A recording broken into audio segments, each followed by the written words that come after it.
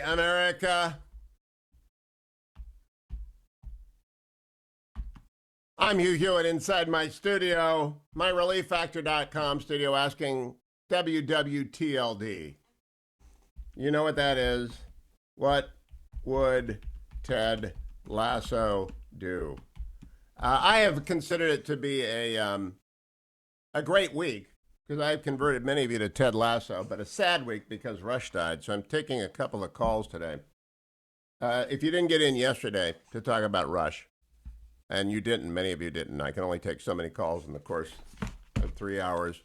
I will also take those calls today, 1-800-520-1234. And then if you didn't get in earlier this week when I was talking about Ted Lasso, you can also catch up today at 1-800-520-1234. My question is, who's a Ted Lasso that you know? And I thought about that last night, and I'll tell you in a moment. Let me do the rundown first. NASA dropped a rover onto Mars yesterday. And, I mean, nobody told me. And it always raises the Zod problem, right?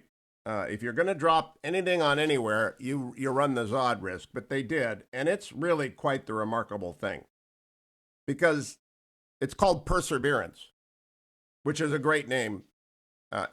Number two, I didn't know the name. No, that's the second thing I didn't know. I didn't know that it was up there. Number two, I didn't know it was named Perseverance. Number three, I didn't know they launched it in July and got there in February, which seems awfully quick to me. All of a sudden, I say, we can get someone up there and back. We can go up and scoop up Zod's remains and bring them back. But then number four, just as an aside, in the Washington Post story about Perseverance, they note Mars is an incredibly difficult place to land on. And I don't know about you, but I didn't know that either. That's like saying the toll road in Orange County, California, which is the Dwayne R. Patterson Memorial Exit. I actually don't know what Dwayne's middle name is. Dwayne, what's your middle name? Robert. I was right. Dwayne R. Patterson. It is on the sign. The Dwayne R. Patterson Memorial Exit is a difficult exit to Would take. you like my Social Security number too? Let's only put out the 4 digits so people can pretend to be you. But if you drive past the Dwayne R. Patterson Memorial Exit, there's no exit there. That's where Dwayne took his Trans Am to the bottom of the ditch and somehow survived. But that's not an easy place. It was hard to land on that too. It was it. That's what made me think of it when I read that this is hard to land on Mars and it's hard to get off the toll road where Dwayne did. But they did it. So bravo, NASA. And we're just not even going to think about Zod. Secondly, the biggest story of the day on this planet, that's the biggest story of the day on all other planets, is down under in Australia. And again, I try and keep up with the news. That's my job. I read 7 newspapers every morning. I go about this every morning.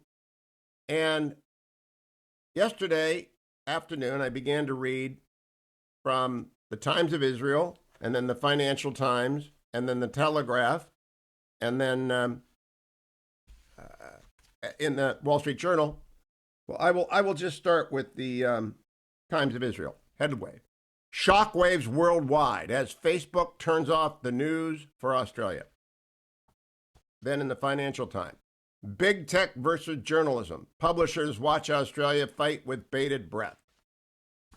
Then from the Telegraph. We're not in the United States yet. This is just international media. Arrogant Facebook is trying to intimidate us over news ban, says Australian Prime Minister Scott Morrison. So I'm up and what is going on down under? Scott Morrison, by the way, great leader of the free world. He's going to help Joe Biden stay propped up, even though the third story of the morning is they're falling apart over there. Let me tell you that, too. U.S. officials to attend negotiations on Iran's nuclear program. U.S. said that's from the Financial Times. From the Times of Israel, U.S. says it's ready to restart talks with Iran on its nuclear program. Wall Street Journal, U.S. says it would meet for nuclear talks with Iran, other powers. And that's not good. That's the beginning of the collapse of American foreign policy. Everything good. Donald Trump, Mike Pompeo, Robert O'Brien got done. Everything good. Jim Mattis when he was Secretary of Defense. It's all going to be gone. Honestly, I know we're going to wake up one day and we're going to see Wendy Sherman flanked by John Kerry and Susan Rice announcing that Iran will be allowed nuclear ICBMs in 4 years. And China, we are recognizing the 9-dash line in exchange for their both committing to carbon reductions in 2080. That's a Wendy Sherman deal. She's done that before with North Korea in 1994 and with Iran at the end of the Obama years. So it's just going to be a Kerry to Rice to Sherman triple play. It's happening so fast. It's in 1 month. They're giving up all the leverage that it took Team Trump to build, especially Mike Pompeo, in 4 years. Jared Kushner, all gone. But elections have it's not a surprise. He said he was going to do it. Not a surprise. Wouldn't be fair to say that's a surprise. Some good news. Some very, very good news. The vaccines are working at a phenomenal rate, and the numbers are falling at a phenomenal rate. Now, some unusual news is Great Britain announced they're launching a green pass for those who are vaccinated, and they will jail people who fraudulently show a green pass. And the green pass will allow you to do things like travel. It's a good idea. We're going to need it. And the best news, the virus death fatality rate for people over 80 has just plummeted. Finally, I want to play James Bo Snerdley Golden on Fox last night, remembering Rush. Nobody worked more with Rush than Bo. It's like Dwayne, who has 1 week longer with me than Adam. And if I get hit by a bus and one of my affiliates, I get to be the one going on TV to remember you. It scares the hell out of me. It should. But we'll see what Bo Snerdley had to say. Cut number 1. Of course, it says cut number 1. And Sean, we can't wrap our arms around this. We can't wrap our brains and our hearts around it. That our beloved Rush has returned his talent to God. And we are so thankful for him.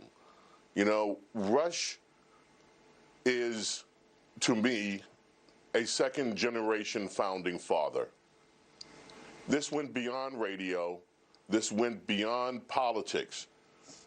What Rush did for America, one man changed so many trajectories in this country. When Rush began his career, there were 1,200 radio stations roughly doing the talk radio format. Today, there are over 12,000.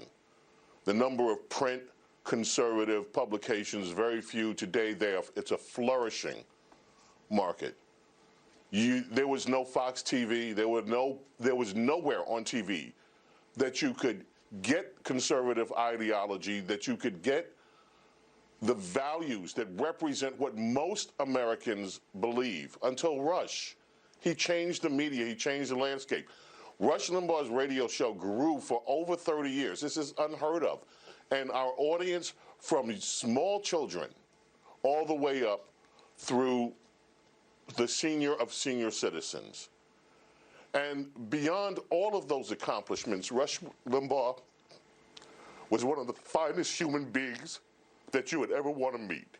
A generous, wonderful, beautiful spirit, humble, a gentleman, always, never failed to thank people for the smallest service that they could do to him, never looked down on people.